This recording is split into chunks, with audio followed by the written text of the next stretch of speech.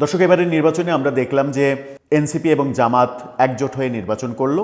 তাদের জোটে 11টা দল ছিল, 11 দল একসাথে নির্বাচন করলো এবং নির্বাচনে তারা ভালো রেজাল্ট তাদের ভাষায় করতে পারেনি, কিন্তু সামগ্রিক ভাষায় যেটা বলা যায় যে তারা স্মরণকালের সেরা ফলাফল করেছে। জামাত 68টা আসন একা পেয়েছে। এটা জামাতের অনেকেই জামাতের ব্যাপারে কল্পনা করেননি সেই রেজাল্টটা হয়েছে। এর আগে জামাতের সর্বোচ্চ আসন ছিল 18 থেকে 68 হয়েছে, তার মানে 50টা আসন বেড়েছে।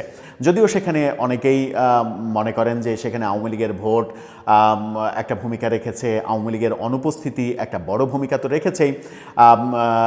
জুলাই আন্দোলনে ছাত্র জনতার যে ইমোশন, এনসিপি তাদের জোটে থাকার কারণে সেটা একটা ভূমিকা রেখেছে, এরকম নানাভাবে ভূমিকা রেখেছে। এনসিপির বিজয়ের ক্ষেত্রে, এনসিপির যে 6টা আসনে বিজয়ী হয়েছে তার বিজয়ের ক্ষেত্রে জামাতের সঙ্গে জোট করার কারণেই তাদের বিজয় সম্ভব হয়েছে। এটা এখন ওপেন সিক্রেট, কারণ এই 6টা আসনের একটা আসনও তারা পেত না যদি জামাতের সঙ্গে তারা জোট না করত, এককভাবে তারা যদি নির্বাচন করত।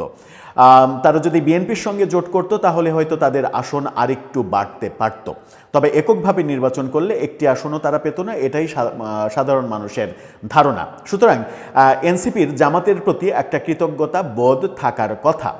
এনসিপির আহ্বায়ক সংসদে যেতে পারছেন, হাসনাত আবদুল্লাহ সংসদে যেতে পারছেন, সদস্য সচিব আক্তার হোসেন সংসদে যেতে পারছেন, হান্নান মাসুদ যেতে পারছেন।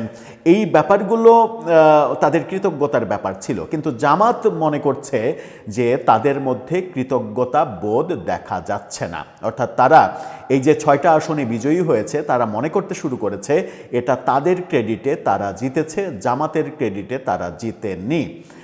হঠাৎ করে বলতে পারেন যে এই ভাবনা কেন আসলো মাথায়? এই ভাবনা আমার মাথায় আসেনি, কারণ আমার মাথায় কোনো নতুন ভাবনা আমি রাজনীতির ব্যাপারে আনতে চাই না। যখন কোনো ভাবনার ক্লু পাই সেই ক্লুটাকে বিশ্লেষণ করে বোঝার চেষ্টা করি। জামাতের খুবই ডাকসাইটে এবং মানে প্রভাব বিস্তার করা নেতা ডক্টর শফিকুল ইসলাম মাসুদ, যিনি শিবিরের সভাপতি ছিলেন, তিনি একটি ফেসবুক পোস্ট দিয়েছেন। সেই ফেসবুক পোস্টে তিনি সরাসরি বলেছেন এনসিপির শীর্ষ নেতারা অকৃতজ্ঞ। অকৃতজ্ঞ শব্দটা ব্যবহার করেননি, কিন্তু তিনি বলেছেন কৃতজ্ঞতা প্রকাশ করেননি। অর্থাৎ এনসিপির উপরে একটা ঝাল তিনি মিটিয়েছেন। তাতে করে সন্দেহ দানা বাঁধতেই পারে এনসিপির যে নির্বাচনী জোট, সেই নির্বাচনী জোটটা রাজনৈতিক জোট হিসেবে আরও যে দীর্ঘ সময় থাকার একটা ব্যাপার ছিল, সেখানে কি ভাঙন ধরবে? চলুন একটু আলোচনা করে দেখি ডক্টর শফিকুল ইসলাম মাসুদ তিনি কি লিখলেন এবং তার লেখার পরিপ্রেক্ষিতে কি মনে হতে পারে। থাকবেন পলিটিক্স টিভির নিয়মিত আয়োজনে।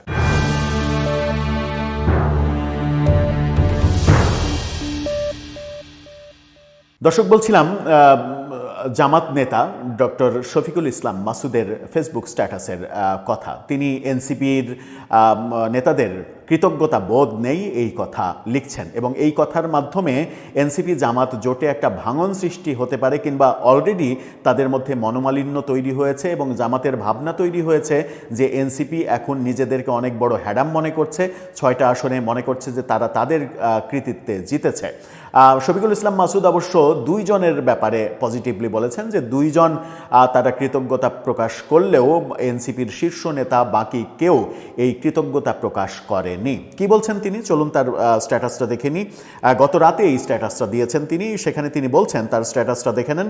বলছেন এনসিপির 6 জন এমপি হইছে, এর 90% ক্রেডিট জামাতের।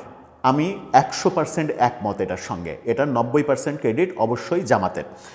বিজয়ীদের মধ্যে আক্তার ও পরাজিতদের মধ্যে দিলশানা পারুল, বিজয়ী একজন, অর্থাৎ 6 জনের একজন আক্তার হোসেন সদস্য সচিব এবং পরাজিতদের মধ্যে একজন দিলশানা পারুল ব্যতীত কাউকে দেখিনি জামাত ও তাদের নেতাকর্মীদের শ্রমের প্রতি কৃতজ্ঞতা প্রকাশ করতে।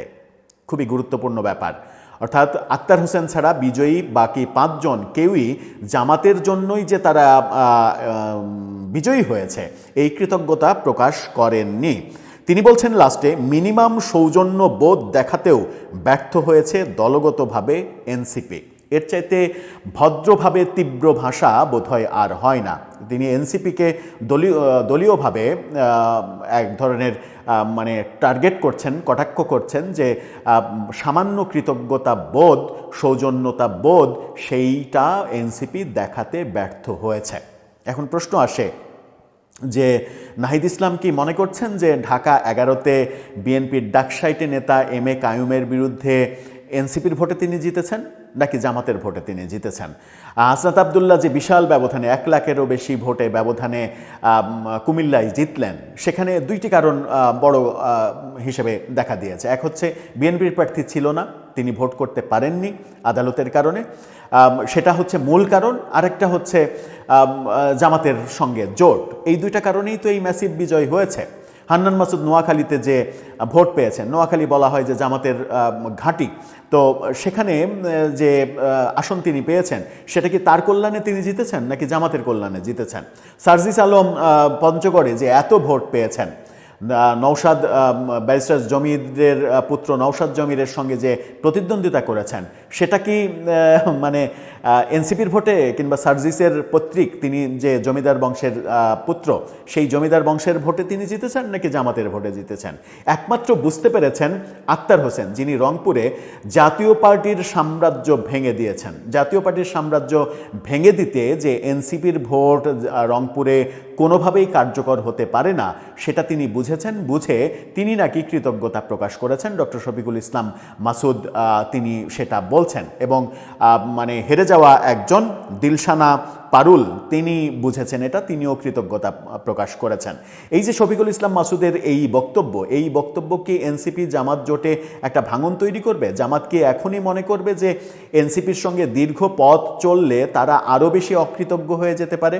এখনই ছোটতেই তারা যদি কৃতজ্ঞতা বোধ না রাখে, তাহলে তারা যখন আস্তে আস্তে বড় হবে তখন তো তারা মনে করবে যে জামাতই এতগুলো ভোট পেয়েছে তাদের জন্য। ব্যাপারটা সেরকম বক্তব্য আসলেও অবাক হওয়ার কিছু থাকবে না। কিন্তু আমরা তো বুঝি, আমরা তো জানি, যেটা আক্তার হোসেন তিনি উপলব্ধি করতে পেরেছেন, সেটা হচ্ছে যে এনসিপির এই 6টি আসন পাওয়া জামাতের সঙ্গে জোটের কারণেই হয়েছে, নতুবা হতো না, একটি আসনও তাদের পাওয়া সম্ভব হতো না। তো যাদের জন্য আমি জিতলাম তাদের প্রতি কৃতজ্ঞতা প্রকাশ না করা, সৌজন্যতা না দেখানো, এটা বার্তা দেয় যে সামনে এই জোটের বন্ধন অনেকটা হালকা হয়ে যাচ্ছে। দর্শক, আপনার কি মনে হয়? আপনার মতামত জানিয়ে লিখতে পারেন আমাদের কমেন্ট বক্সে।